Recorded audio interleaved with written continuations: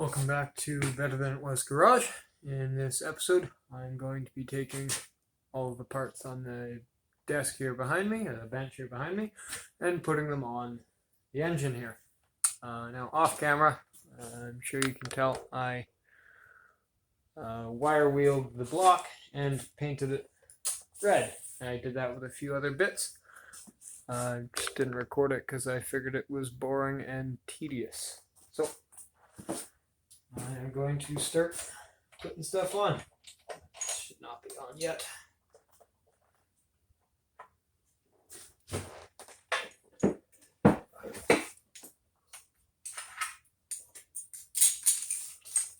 So, I suppose I will start with the valve cover. This valve cover was just in place to prevent dust getting in there, and I have another valve cover, so I'm going to use that one instead. Toss this old valve cover gasket, get a new one. Okay, I'm going to start by putting some RTV in corners, as it's a good idea to put that in any corners of gaskets to prevent leaks.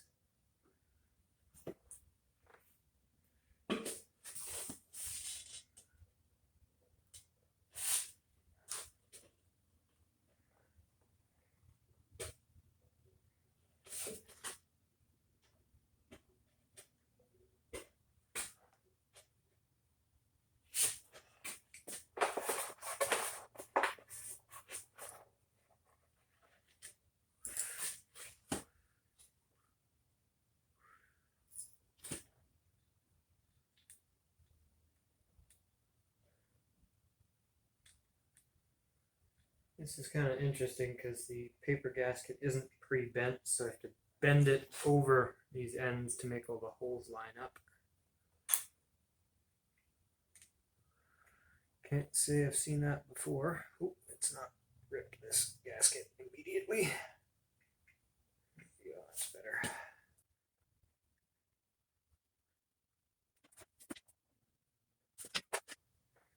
Put a little bit of RTV inside too. Corners in the valve cover.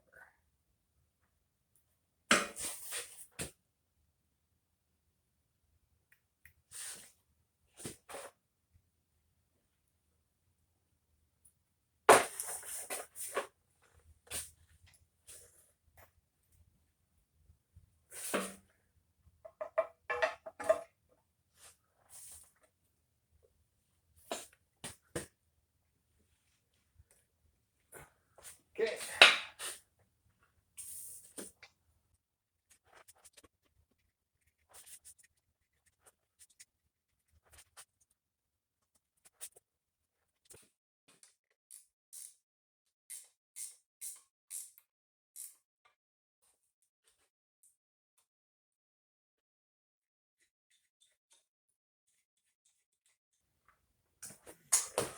Okay, that's sorted. It's time to install the oil pan for real.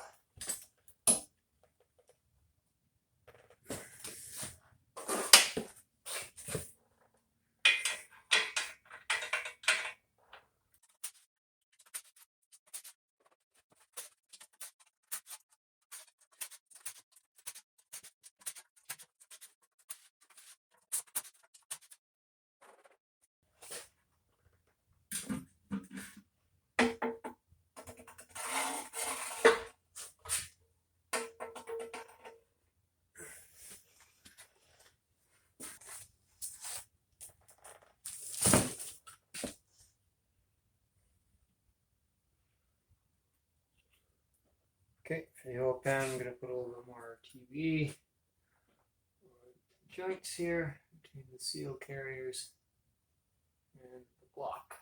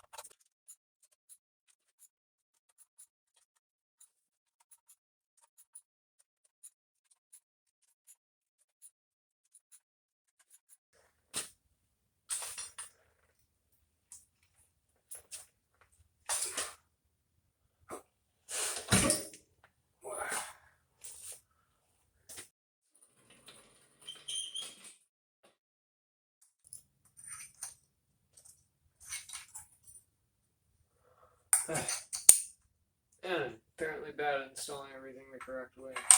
There we go.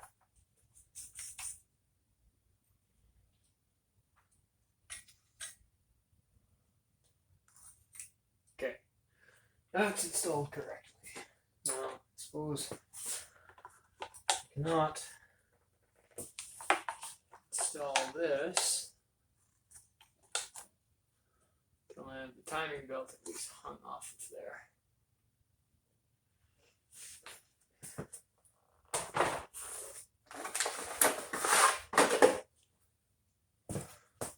So I'll move this around so that I can just install this alone. That's all important for timing.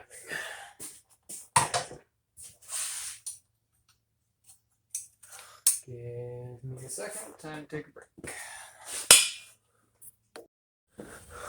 Okay, for now I am going to just skip installing the pulley and anything like that until I'm dealing with setting the timing. So I'm just going to move to installing the water pump.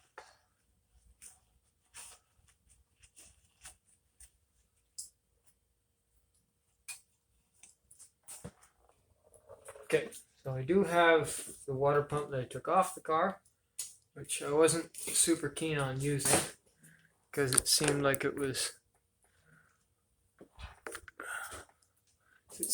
a bit tight. And then in one of the boxes that the guy gave me, happened to find a brand new one, the metal impeller. So I'm going to use that. And gasket kit I bought for the vehicle came with everything I needed.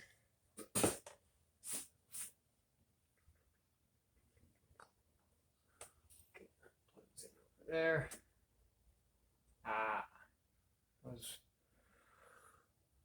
So there's a seal here that I'm pretty sure goes on a pipe I have over there. I noted previously that I didn't have a replacement for it, but I suppose I do.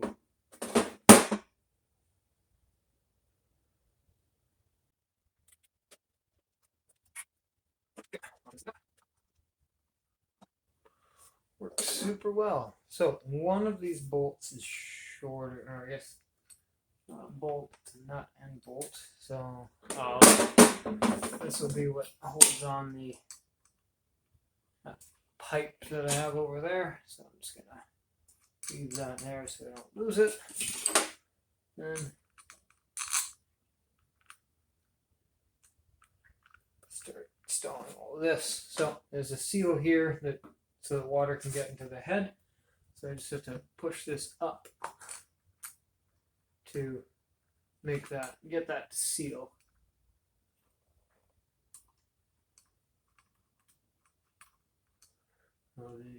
Where the studs are, they're slotted, and then obviously where the bolts are, it's not. So I assume that's what locates it exactly where it needs to be. This might be a little tricky. Okay, push up and start the threads. There we go. I only appear to have one out of the two nuts for this. That's all that came out of the bag. The bag that I labeled, so. Okay, I am going to steal one of the nuts from the other pump that holds the pulley on. I'll find that missing nut later. Not ideal, but it is. Brass washers. So I do that now.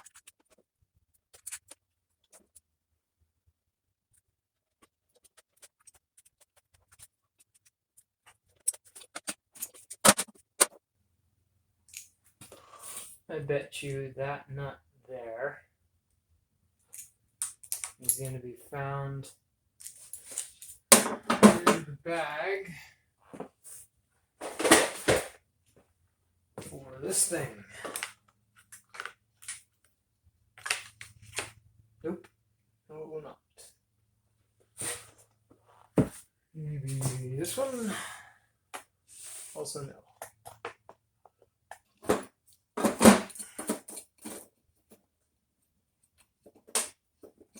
If not, whatever, I'll just get a replacement nut for the water pump pulley. So, there's no studs on this, and there's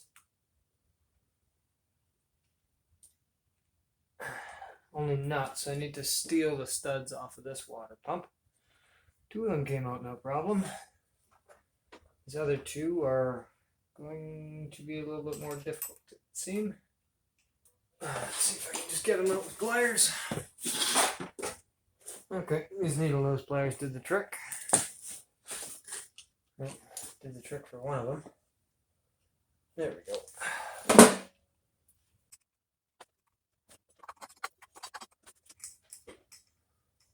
Okay, there's the water pump installed. Minus that one nut.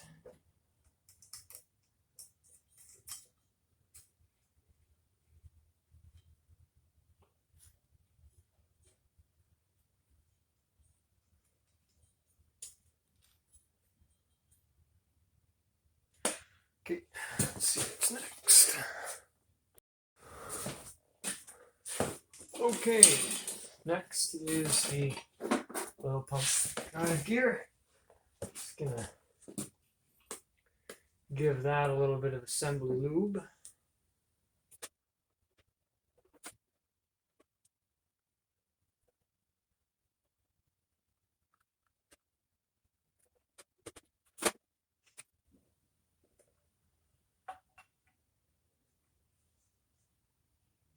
Okay, that appears to be keyed into the oil pump now. Perfect. Gonna grab the O-ring for that. I have here.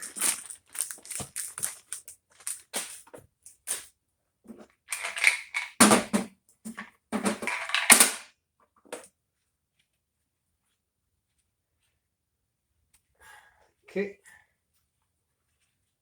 so now to install the catch can. That looks better. Let's try this again.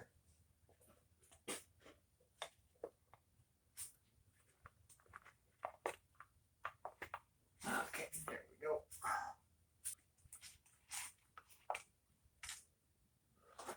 So when I took this out, this was just held in place with, sealed rather, with a bunch RTV.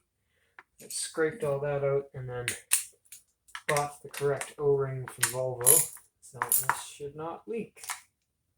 Also cleaned the inside of this out because it was full of crap. These things are known as flame catchers because apparently they light cars on fire. So next up is to install the dipstick. This was also RTV'd in. I also bought the correct seal for it, so that should also be a problem that solves itself. Looks like I have 2 identical bolts for this from the 2 different engines. Looks like 2 different dipsticks. So,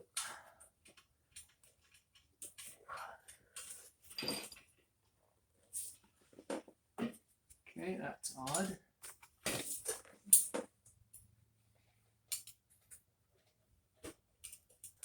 So I may need to RTV this again because this little rubber gasket doesn't push up against anything. There's a collar here for it to push up against something, but it doesn't come down to the level of the block. So we'll see how that works out.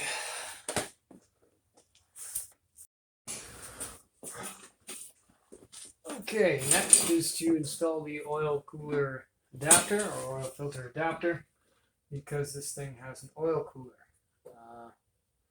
The O-ring that came off of it seems either to have been slightly too small and shrunk and kept wanting to slip in. And I bought 2 replacement ones. I was told that I needed 2. It only appears I need 1. One seems too big, and one seems also too big, but only slightly too big. So it wants to fit in here best. So I'm, now that I look at it, I'm not even sure I want to use it. Well, anyways, that's not the first thing that needs to go on, because it goes in front of a couple of other things. So I'm going to install those first. One being that water pipe that we put this nut and bolt off to the side for, or installed it temporarily rather. Where was that rubber gasket that I was talking about earlier? I think I installed it on here because this does look pretty new. Oh, nope. Rubber gasket's in the pump.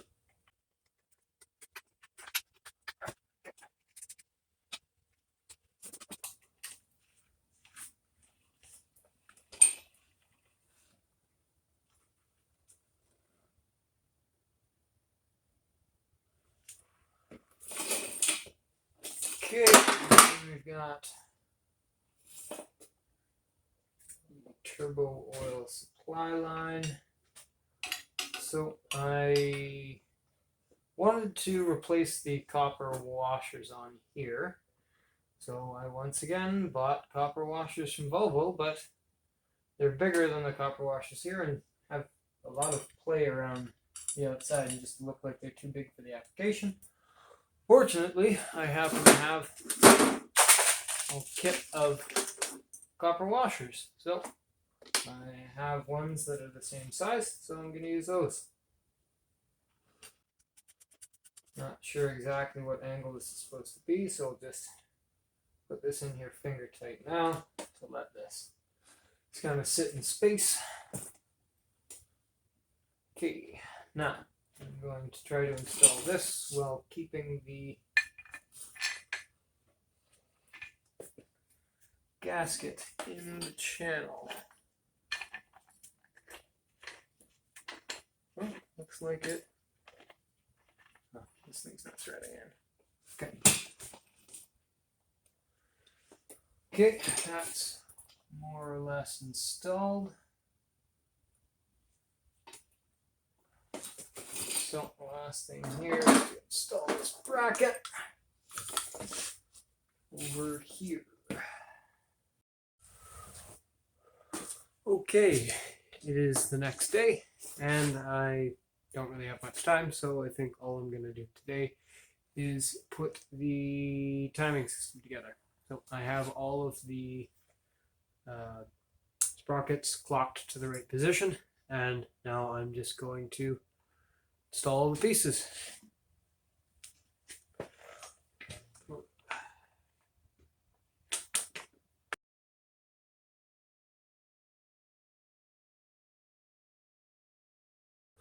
Okay, I'm an idiot. I was using foot-pounds on the wrench, going off of Newton meters in the book.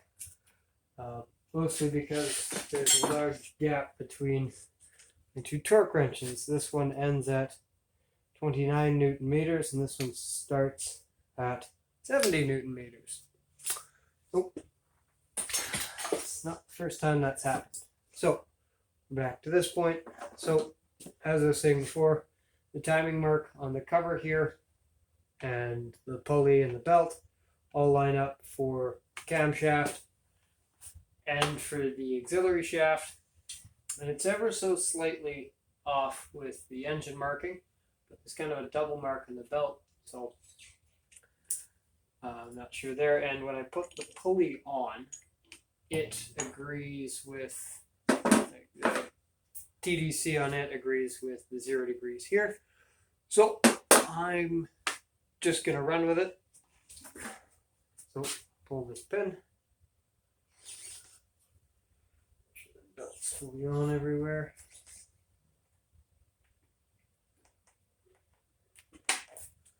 Okay.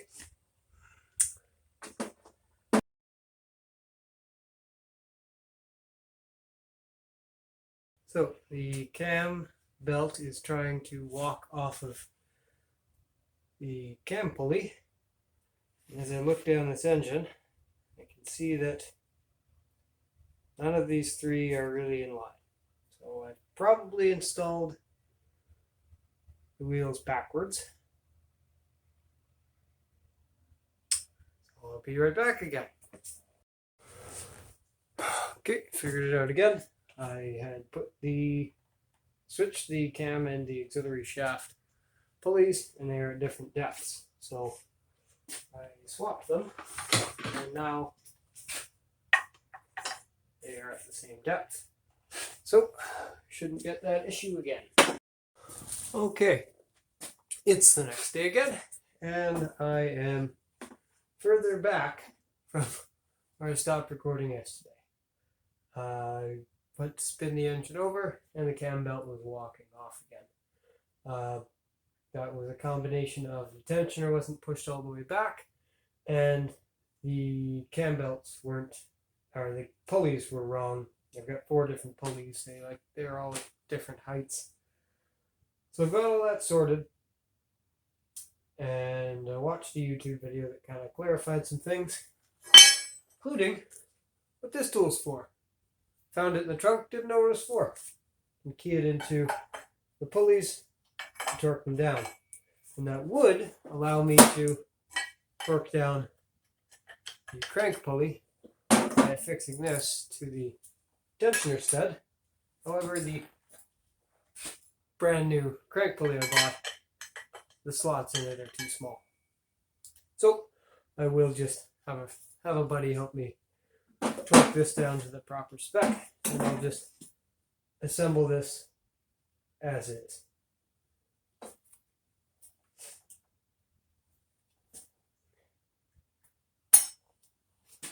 Also, another thing I missed was I was supposed to tighten this down to 15 foot-pounds, not have it just be loose. So I will probably do that off camera because I don't know, because this thing has inch pounds and I don't know what 15. I have to Google what 15 inch pounds is, or 15 foot-pounds is in inch pounds. So for now, I'm just going to whack this together.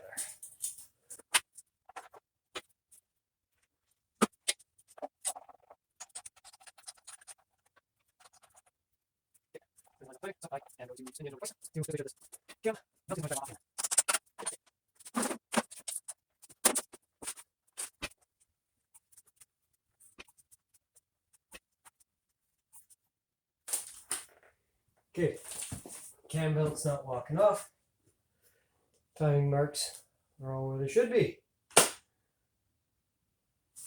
That's good. I will put this on. I'll end it there. I'll put this back on, put this down to 15. Then I'll start with the intake and exhaust.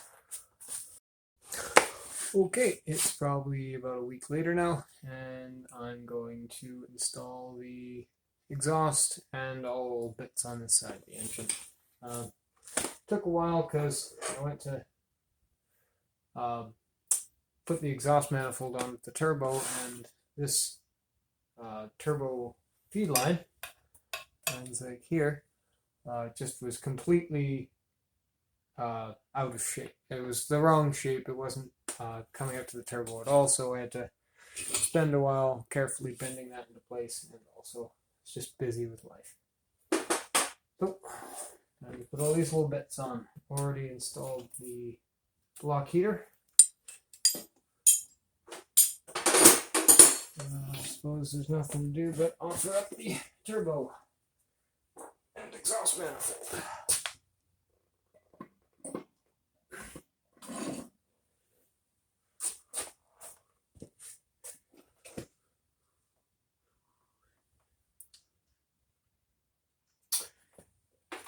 Excuse me a second while I review pictures to see where the bracket goes.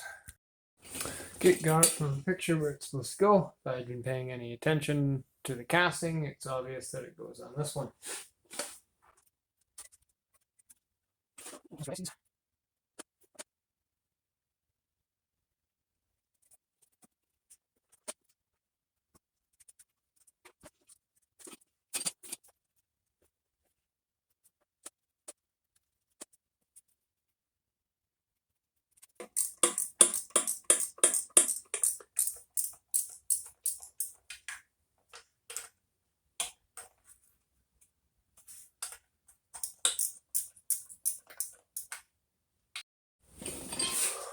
Okay, next I'll do the turbo oil supply.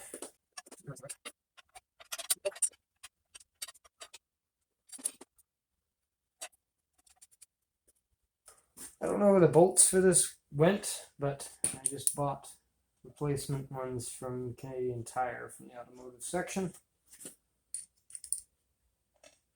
I should use anti-seize on these as well.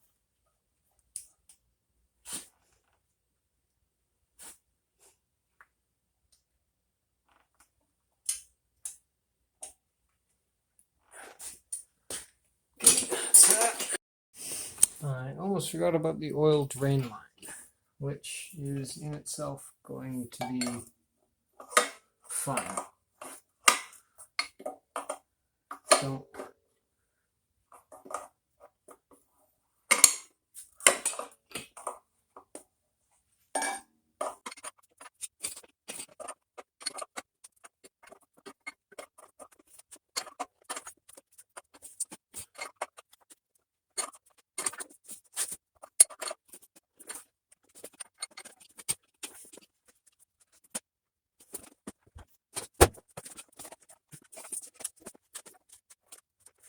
okay, so I bought this kit to replace this tube for a couple of reasons.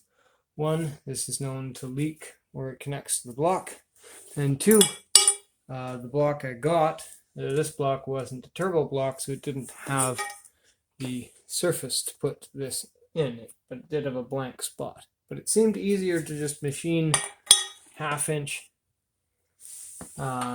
NPT into the block rather than the multifaceted face that was in the other block. So I did that, which is causing a bit of a complication. This fitting sticks out further, so this is affixing further, so now it's getting in the way of the remote oil filter mounting location. So I'll figure that out at some point, which may not be now.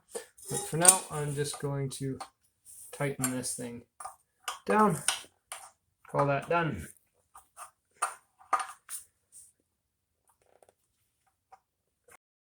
Okay, so the SD card filled up on me without warning, so I don't know where it cut out, but I just kind of finished off what I was doing, and now pretty much got this ready to go back in my vehicle. So I got this installed. It interferes with this slightly. Not much I can do about that because this fitting sticks out further than what's meant to be here, but this is $2 Canadian, and what's meant to be there is $60 American and needs to be shipped here, and also won't fit because I had this thread, I had this tapped and threaded instead of the interface that would have normally been on the block. But it doesn't interfere by much because I I massaged this with a hammer to clearance it so that this would all fit. I also installed the intake and the water pump after putting some JB weld in there behind there because the surface was pitted to flatten it up to make sure it seals. And then I took apart the timing system again and took a drill to the auxiliary shaft to prime the oil system. And so that's all done. So the engine's pretty much ready to put into the car. I'm just gonna wait till I can cap these off, because they're slowly dripping oil now that the system's primed, and I can't put that all together because that goes to the oil cooler. And I don't know if I showed you guys this, but when I took the lines off of the oil cooler to kind of flush the bad oil out of it because it was mixed with water, the threads came with, and these aren't replaceable, and these aren't fixable. So I'm still figuring that out. It'll be fairly expensive to replace that. I'm still trying to source a replacement for that. In the meantime, I'm just going to buy some inexpensive caps for that, install it in the car, and before I start it, I'll get that sorted back out. But for now, gonna end this episode here, and then I'm going to start work on the exhaust.